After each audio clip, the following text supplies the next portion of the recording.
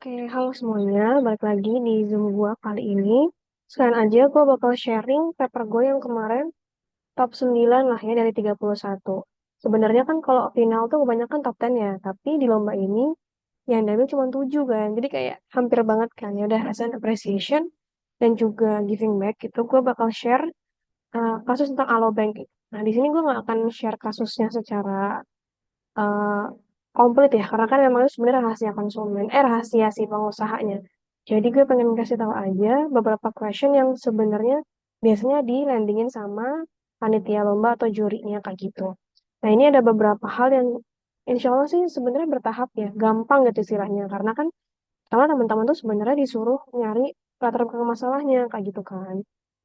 Ini bagus banget karena nggak semua pertanyaan lomba tuh kayak langsung ngarahin ke sini. Padahal kan ini first step banget kan. Terus juga ini ada kalkulasi. Nah, kalau untuk keuangan ini gue nggak bisa handle sendiri. Jadi teman gue yang yang kerjain gitu ya. Dan gue juga kemarin kenalan sama teman dari Universitas Satya Wacana ya. Gitu. Jadi lumayan dapat koneksi abis dijodohin kayak gitu. Terus juga buat business plan. Terus juga solutions buat engage active users. Nomor 5 itu juga ada sama marketing. Sama nomor 6 juga. Jadi 4, 5, 6 tuh marketing.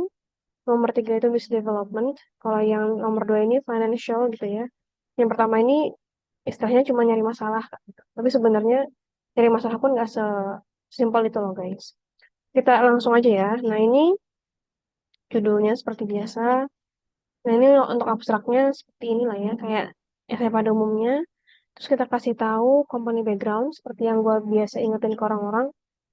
Kalau bisa jangan terlalu banyak ngomong di paper, apalagi hal-hal yang bisnisnya udah tahu. Nah, gimana caranya buat jadi stand out tuh sebenarnya nyari data yang lebih spesifik, yang lebih jarang diketahui orang secara umum kayak gitu ya. Ini teman gue nih keren banget sih skill risetnya kayak gitu, dan gue juga ngarahin dia untuk ngelakuin SCQ analysis. Intinya dia itu communication-nya adalah sebenarnya user dia tuh udah ada, cuman usernya tuh nggak semuanya setia gitu kan, karena kan banyak kompetitor kan buat bank digital, dari BCA Digital, dari mana-mana banyak lah ya kayak gitu. Wait.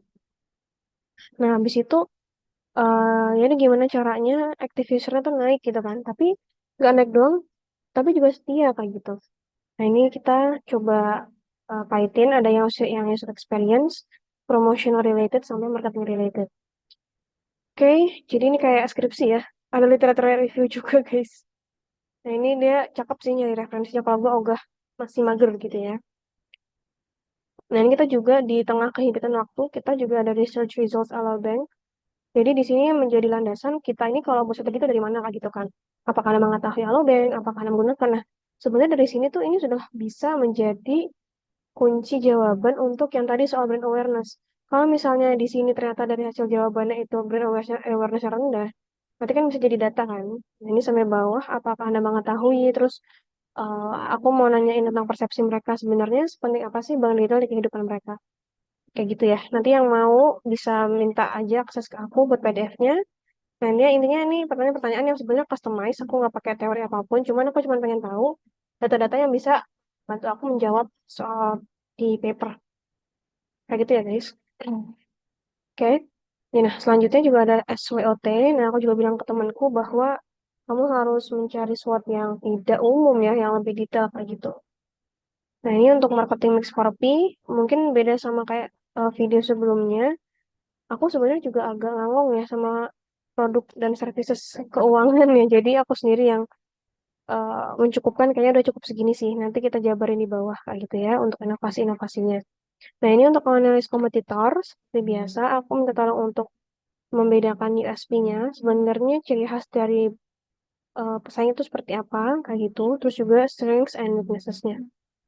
Nah, ini segmentasi pasar juga sebenarnya mirip-mirip sih sama bank digital lain. Kita belum terlalu niche kayak gitu ya. Tapi sebenarnya kalau untuk mau bahas niche ya, karena si Alabang itu banyak promosinya, kebanyakan emang first year worker, pekerja-pekerja yang suka jajan gitu loh. Kalau aku sih kebanyakan di SCBD ya, yang dia tuh aku bingung ya, orang first year worker tuh atau second year gitu kok pede banget ya beli makan boba yang mahal-mahal kayak gitu ya. Kayak gitu ya, dengan rasio seperti ini kita bisa banding-bandingin. Terus untuk targetingnya sendiri, kita fokusnya ke Jabodetabek dulu. kayak gitu. Karena kan workernya banyak ya. Terus juga Gen Z di Jawa Barat dan DKI Jakarta. Nah, sebenarnya kalau untuk Gen Z kenapa? Karena memang mereka kan tadi ya first year worker gitu kan. Terus juga ya mahasiswa yang suka berburu diskon lah istilahnya kayak gitu.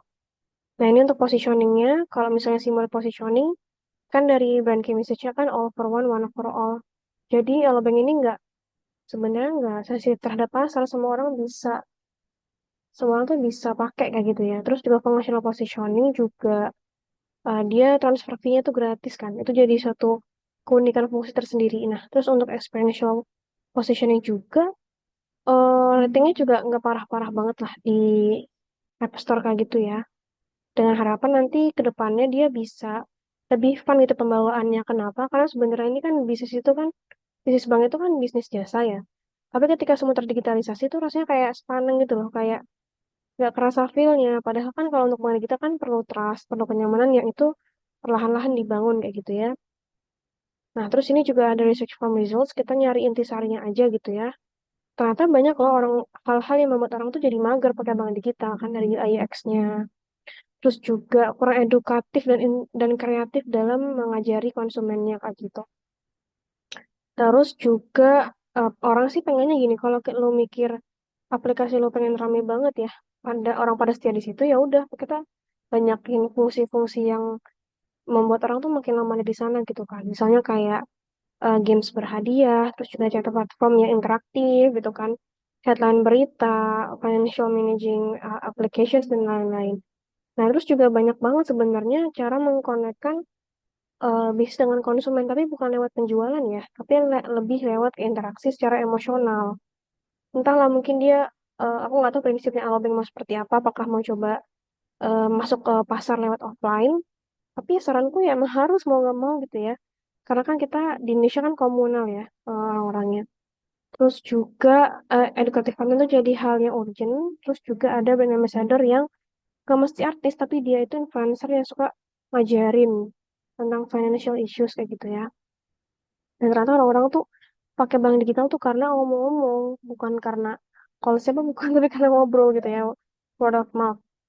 Ya, terus challenges-nya itu ada banyak, seperti yang kita lihat kalau aku sendiri kemarin sama temanku, itu kita assessment dari dalam.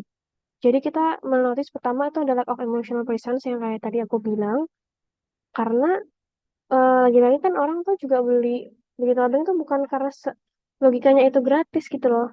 Maksudnya bukan gratis, banyak promosinya nggak gitu doang, tapi ada feeling yang dipakai kayak gitu kan. Jadi aku bilang aja dari Instagram, website sampai lain-lain, ini banyak minusnya, banyak yang pasif, banyak yang aku tuh nggak dapat feeling apa-apa, aku nggak punya urgensi apapun meskipun lucu udah bilang free cashback ataupun yang lain, aku pribadi aku nggak tergerak.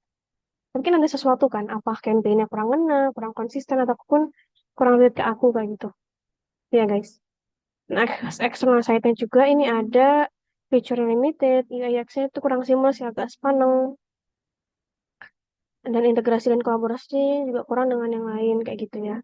Nah, ini untuk finance, kita disuruh mengandai-andai kalkulasi untuk pengeluaran terhadap promosional dan juga pendapatannya si Alobank kayak gitu ya. Is the expenditure justified in terms of boosting brand awareness? Nah, apakah pengeluarannya itu kayak lebih-lebih gede ketika dikaitkan dengan brand awareness yang meningkat, customer acquisition sampai loyalty. Nah, ini ada penjelasan semua ya. Nah, ini karena temanku yang belajar lewat dosen, nah teman-teman silakan bisa lihat aja apa yang dibahas. Aku karena belum bisa ngejelasin ya. Belum sempat belajar bareng juga karena emang apa kemarin waktunya mepet kayak gitu ya. Cuman Masya Allah banget bisa top 9 kayak gitu ya.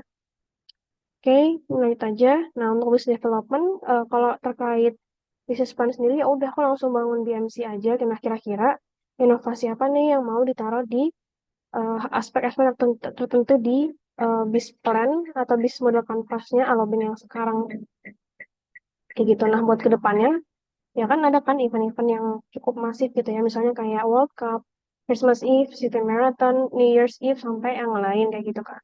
Sampai ada fenomena ambil rapot itu kan istilahnya kan libur semester kan.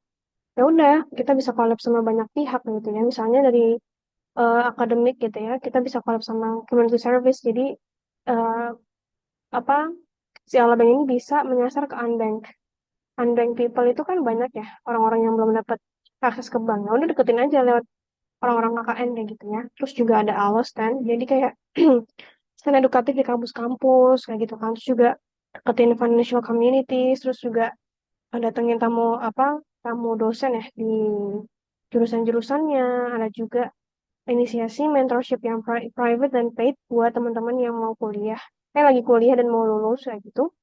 Terus juga ada Alo Brand Ambassador. Kayak gitu ya guys, buat menciptakan adanya duta lah, duta di kampus kayak gitu ya. Terus juga dari pemerintah, society, business owners, dan media, harapannya nanti ada program Alo Alo City Name. Jadi misalnya, Alo tuh seakan-akan seperti menyatu satu kota gitu kan. Alo Alo Jogja misalnya, itu kan udah yang menjadi key message kan, bahwa Alo Alo itu kayak dia tuh nyapa semua orang, terbatas.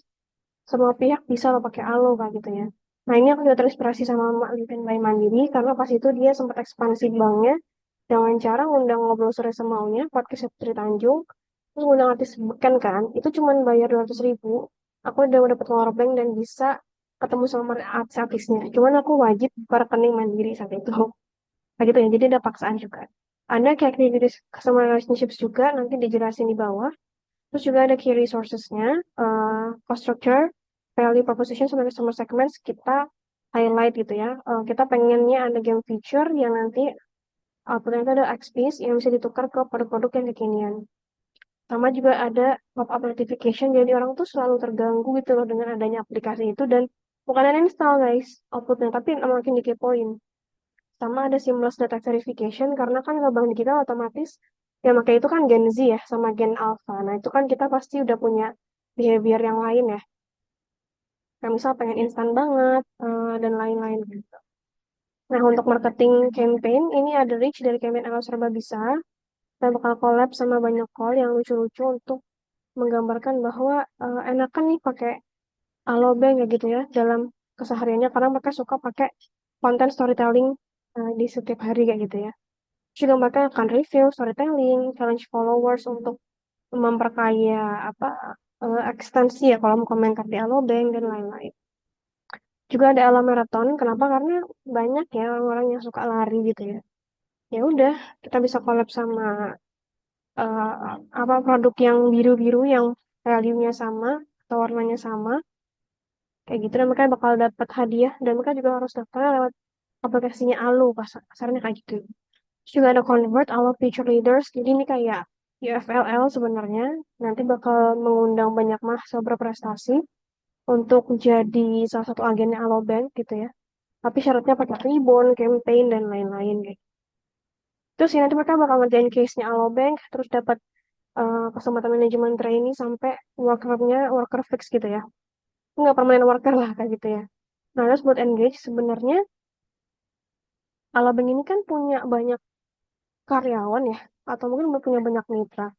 Nah, gimana kalau misalnya perjanjian mitranya itu juga diperkuat dengan mensyaratkan si mitra dan karyawan-karyawannya ini untuk install Alobank juga. Kayak gitu. Nanti juga ada Alobank yang sifatnya edukatif gitu ya, mulai dari um, Pak forum lewat Slack dan Discord buat diskusi dan lain-lain. Gitu ya, guys. Nah, ini untuk customer retention, how can cashback and points-based promo schemes be utilized effectively to strengthen customer loyalty. Nah, gimana caranya promo itu nggak membosankan? Karena sebenarnya promo itu kalau lama-lama kan mematikan bisnis ya. Maksudnya, jadinya persepsinya konsumen tuh kayak, ya lah gue cuman pakai lu kalau lu ada promo doang kan. Padahal kan istilahnya harus ada kekuatan emosi untuk menjadi setia gitu kan dengan si Alobank. Jadi, kita initiate Aloplay, kayak gamification feature yang membuat orang tuh akan naik level karena melakukan sesuatu transaksi. Kayak gitu ya. Itu sih paling. Nah, ini buat strategi realization-nya, teman-teman bisa akses lewat link tersebut sama kayak video-video sebelumnya. Kita buat timeline, kayak prioritasnya apa dulu, KPI, targetannya apa, budgeting, sampai risk mitigation. Jadi kalau misalnya ada solusi yang enggak realisasi bisa diapain kayak gitu ya. Nah, ini closing-nya. Semoga bermanfaat ya guys buat bahan belajar. Thank you. Wassalamualaikum warahmatullahi wabarakatuh.